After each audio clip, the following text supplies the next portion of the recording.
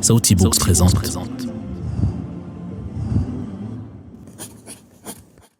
L'histoire des Ouïghours par Najib El-Kilani. Narration Ali Ezeri. Avec l'aimable autorisation des éditions El Beyin. Tout droit de traduction, d'adaptation et de reproduction par tous les procédés, réservés pour tout pays. Préambule.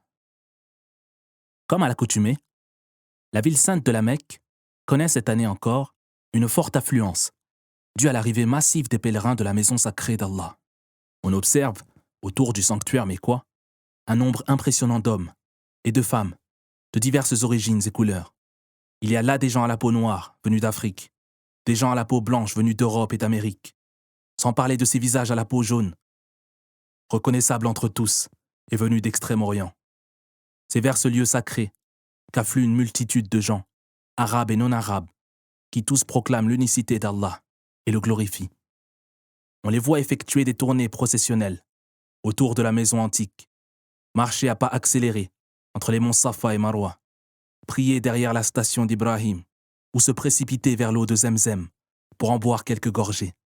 Ici, dans ce centre sacré, se rencontrent dans la fraternité des gens venus de tous les coins du globe. Leur langue et leur race diffèrent, mais une seule chose les réunit: la foi en Allah, en ses envoyés et en son livre. Quant à moi, ce constat une fois établi, j'accomplis la prière du midi, Dhuhr, et me dirigeai vers la chambre dans laquelle je séjournais à la Mecque. En chemin, je fis un détour par une rue où l'on vendait des chapelets, des tapis de prière, des couvre-chefs brodés et des dépliants comportant des invocations prophétiques. Je m'assis dans une petite boutique et me mis à dévisager le vendeur, qui paraissait avoir déjà franchi le cap des 70 ans. Il n'était pas arabe. Cela était bien visible à en croire les traits et la couleur de son visage. Mais plus que cela, c'est son accent qui le trahissait. Alors que je tenais entre mes doigts quelques jolis chapelets, je lui dis: « De quel pays es-tu originaire ?» Il me jeta un regard triste et mélancolique et me dit: « De la vaste terre d'Allah. » « Oui, je sais.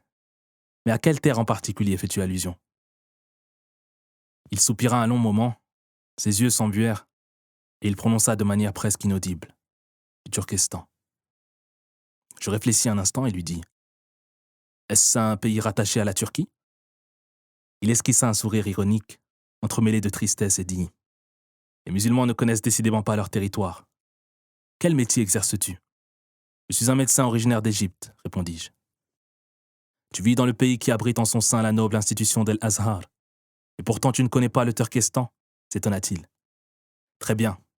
Tu connais sans aucun doute l'imam el-Bukhari, les maîtres de la philosophie Avicenne, El-Farabi et l'érudit El-Burini. Je les connais, effectivement. Tous sont originaires de mon pays. » Cet homme, qui s'appelait Mustafa Mourad Hadrat, m'expliqua ce qu'était le Turkestan. Il m'apprit que le Turkestan se situait à l'extrême nord et que, suite aux méfaits de la colonisation, il fut divisé en deux: le Turkestan oriental et le Turkestan occidental. Les Russes occupèrent le Turkestan occidental et l'annexèrent à l'Union des républiques socialistes soviétiques. Quant au Turkestan oriental, il fut occupé depuis bien longtemps par les Chinois, qui l'annexèrent à leur territoire et le baptisèrent le Xinjiang, c'est-à-dire la Nouvelle Terre. Le communisme déploya ses ailes aussi bien sur le Turkestan oriental que sur le Turkestan occidental. C'est ainsi que fut perdu l'un des pays musulmans qui comptait parmi les pays d'Allah les plus civilisés, les plus riches historiquement et les plus glorieux. C'était en quelque sorte la perte d'une deuxième Andalousie. Le défaut des musulmans, c'est qu'ils ne connaissent pas leur histoire et ne savent que peu de choses de leur territoire. C'est ainsi qu'il s'exprima, alors que sa barbe blanche tremblait. Il se tourna vers moi et me dit: « Veux-tu prendre un thé ?» « Je n'y vois pas d'inconvénient, répondis-je. Je voudrais que tu me racontes l'histoire depuis le début. » Il dit, tout en prenant les verres de thé des mains d'un jeune garçon, qui était peut-être son petit-fils: « Cette histoire occasionne une profonde tristesse. Les pèlerins affluent chaque année à la Mecque et s'acquittent des rites du pèlerinage. Ils s'en retournent ensuite chez eux. Le pèlerinage a-t-il été prescrit aux musulmans pour qu'ils reviennent et partent comme ils sont venus? Je ne le pense pas, non. Qui donc transmettra de ma bouche, à tout visiteur de cette demeure sacrée, l'histoire de ce triste peuple musulman qui s'est pris entre le marteau et la faucille, de l'impitoyable régime communiste. Nous pouvons nous rencontrer ce soir.